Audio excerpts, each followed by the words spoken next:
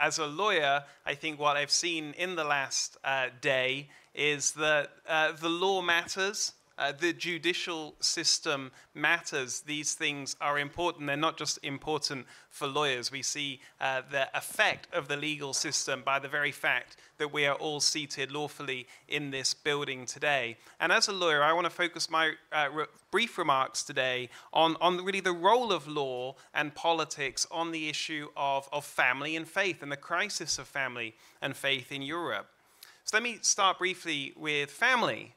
The Universal Declaration of Human Rights states, and I quote, "The family is the natural and fundamental group unit of society," and it's entitled to protection by society and the state. Now, this language was drafted just a few decades ago, and all of the nations of the world adopted and signed onto it. Yet today, many of our ruling elites are embarrassed about the idea that something could be defined as the family, that definitive article, the, being so exclusionary and non-inclusive. Many of our ruling elites are embarrassed about the word natural, which sounds so old-fashioned and bigoted. And many of our ruling elites reject the idea that the family is the fundamental group unit of society. Hence, there's very little appetite for legislation and public policy that supports flourishing families, given how little value is placed on the family itself. Indeed, the concept of the family has somehow become controversial. And I witnessed this firsthand just a couple of years ago. I was in Geneva at the Human Rights Council in one of those drab, windowless negotiation rooms. And there was a resolution being negotiated entitled Protection of the Family. Now, this should have been an uncontroversial topic. However, it was extremely controversial, and the room divided among familiar lines. On the one hand, you had African and developing nations who supported this resolution to protect the family. And then you had the EU and the normal cohort of Western nations who were outraged and opposed to the text. And at one point, a Western UN delegate took to the microphone, clearly very unhappy with the text. And she wanted to know how on earth other delegates could talk of the family as being the natural and fundamental group unit of society. This was language that was clearly very unfamiliar to her and seemingly very regressive. And she ended her speech by saying that her country could not possibly accept such controversial terms in this resolution. And the African chair of the negotiation took to the microphone and gently pointed out that this language was taken verbatim from the Universal Declaration of Human Rights. And at this point, the visibly embarrassed delegate retreated and a few chuckles broke out around the room. And the short episode illustrates to me how far we've come, that concepts that were universally accepted just a few decades ago could today be considered so controversial. Despite the clear language in support of the family in various international legal texts and treaties, our political leaders have overseen the managed decline of the family in just a few decades. We've seen an avalanche of laws that have redefined marriage and the family. We've seen court cases that have attacked and eroded parental rights. And perhaps most alarming of all, lawmakers and those within the judiciary have been cheering it on. And let me give just one brief example. A few years ago, Sir James Mumby, who was the most senior family law judge in the UK at the time, gave a speech as he was retiring, and it remains highly relevant.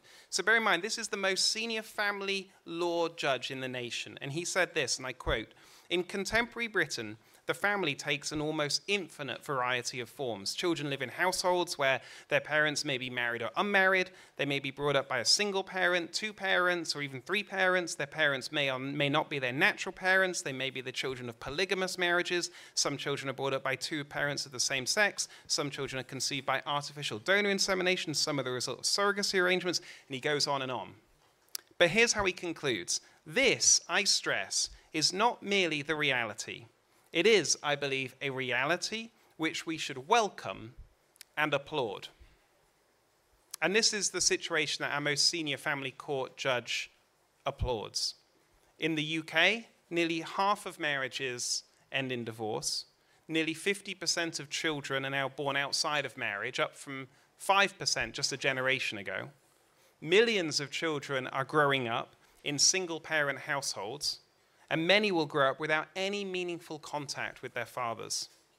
And to manage that fallout, the UK reportedly spends around £50 billion a year on the impact of family breakdown, which is more than our entire defense budget. And what does all this lead to? Well, let me quote one world leader. We know the statistics that children who grow up without a father are 5 times more likely to live in poverty and commit crime, 9 times more likely to drop out of schools, 20 times more likely to end up in prison. They're more likely to have behavioral problems or run away from home or become teenage parents themselves, and the foundations of our community are weaker because of it. Well, that was that far-right bigot, Barack Obama, back in 2008, and how times have changed. Well, not only do we face these challenges, but those who refuse to accept that the deliberate unraveling of the family is progress are labeled as we've been labeled, as extremists, as bigots, as far-right, as haters, and so forth. They even try their best to cancel conferences where these things are discussed. And here the crisis of family goes hand in hand with the crisis of faith, and at least the freedom to live out our faith. Because we've seen bishops and cardinals investigated by the police for allegedly committing hate speech during Sunday homilies that speak about marriage. Catholic adoption agencies and other charities have been forced to close for refusing to place children outside of married families. Parents have had their children taken away simply for raising them in conformity with their own religious values. And political leaders such as Päivi Räsänen in Finland or Rodrigo Cortés in Mexico have been investigated and prosecuted by the police for speaking about marriage, human sexuality, and the differences between men and women. Now, I work full-time on these cases, and I see it firsthand, and if there's time, maybe we'll discuss some of these challenges in more detail, but let me just conclude with a brief call to action. It was only the middle of the last century that the world came together to recognize the family as the natural and fundamental group unit of society entitled to protection.